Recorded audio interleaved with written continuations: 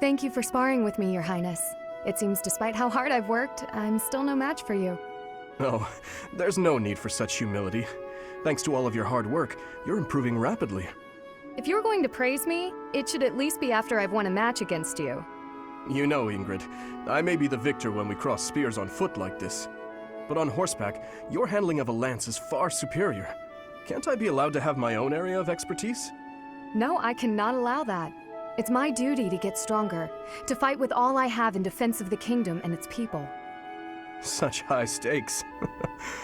By the way, where did you learn that fierce jab of yours? I'm pretty sure the only other person I've seen perform that move is Glenn. So you recognized it? Yes, he shared much with me. I thought as much. I never imagined I would be on the receiving end of one of his techniques again. Glenn and I once studied under the same instructor. I've sparred with him more times than I can count. Ah, yes. He was never short on praise for you. Lord Dimitri is incredible. Such skill. There's no way I'll ever outmatch him. Things of that sort. Well now, he never said any of that to me. Well, he was Felix's brother. That family's not big on displays of affection. That is true. We spent about as much time arguing as we did training.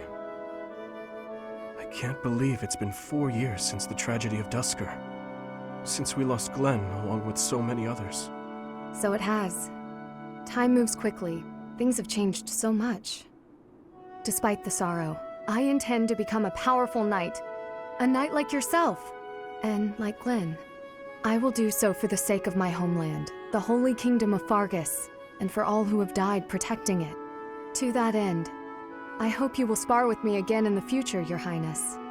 It would be my pleasure. After all, I value our training sessions as much as you do. Ingrid, I've been doing some thinking, and it occurs to me that I owe you an apology. What? Why do you seem so serious? In a just world, you would be happily married to Glenn. He truly loved you, and it's clear that you cared deeply for him as well. But on that awful night, he died right before my eyes. I could do nothing to prevent it. In a way, I'm responsible for you losing the joyous future that should have been yours. I know my words can change nothing, but I'm so sorry, Ingrid. No, Your Highness. There's no need to apologize. Glenn's death, it still doesn't feel real. I always looked up to Glenn. He was the very picture of a perfect knight, noble and virtuous. In the end, he laid down his life, the ultimate sacrifice. I feel proud of him in ways that words can't quantify. Proud? Truly? That's right. I feel proud that he died for those he was sworn to protect. Proud that he passed from this realm to the next as a perfect knight. Are you really trying to turn his needless death into an ideal to uphold?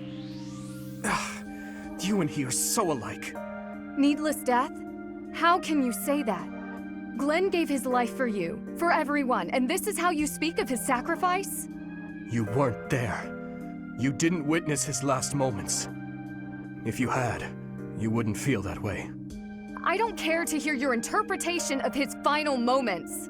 He was and will always be an ideal knight. You would do well to rethink that ideal, my friend. Pardon me? He served in your guard. He took great pride in what he did, in protecting you. The very least you can do is not spit on his memory. If you'll excuse me. What is the matter with me? Your Highness, I've come to apologize. I mismanaged my feelings and got carried away. I've been thinking about what might have made you say the things you did. I was so caught up in the moment, and in my own feelings, that I didn't think of what yours might be. No, I should be the one to apologize. I did not intend to say such things. I lashed out like a child. You were right to rebuke me. I am disgusted by my own inability to express myself. Will you allow me to explain? Of course. At the tragedy of Dusker, I saw countless corpses. Of course, I saw his, too. Glenn's. Ingrid, I doubt you would have been able to see him. They were unable to bring his body back, after all. He must have died an agonizing death, full of pain and regret. That is what I saw in his face. In that wasteland, there were no beautiful, proud deaths that could have been written about in heroic tales. Not one. I do not want you to die a death like that. Not even for the sake of loyalty or duty. A king must at times order his soldiers and knights to fight and die on his behalf. Their lives must be used for the greater good. And this is something any good king understands innately. Any king who doesn't allow people to die on his behalf is too soft to rule well. You leave me little room for argument. Have I disappointed you? No. I chose to serve you because of how you are. As your knight, I will stand by your side and uphold your soft-hearted ideals. What has changed, Ingrid? You were so obstinate the other day. I've realized that I haven't been facing a very important truth. Because of you, I can finally move on. Thank you.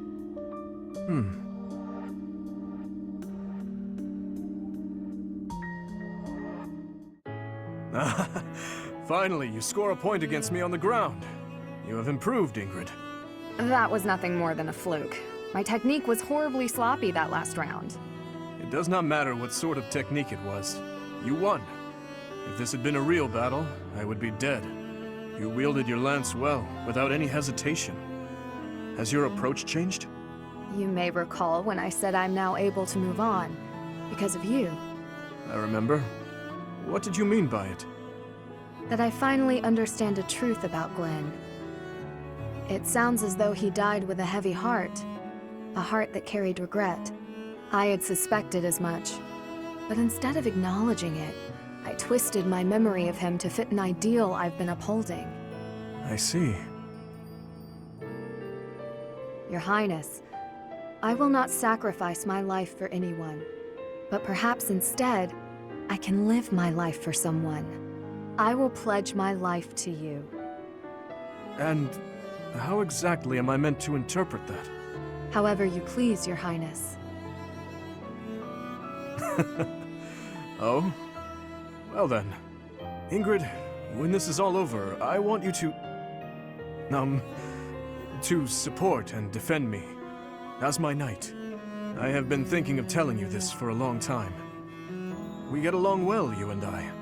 As your knight? Yes, yes, of course. Of course I will. I intended to do so for the sake of the kingdom. Together, Your Highness. You and I. Our first order of business. Putting this tragic war to an end. Yes. And while we're at it, do not die on me, Ingrid. Promise me that. Yes, Your Highness. I swear it on my lance.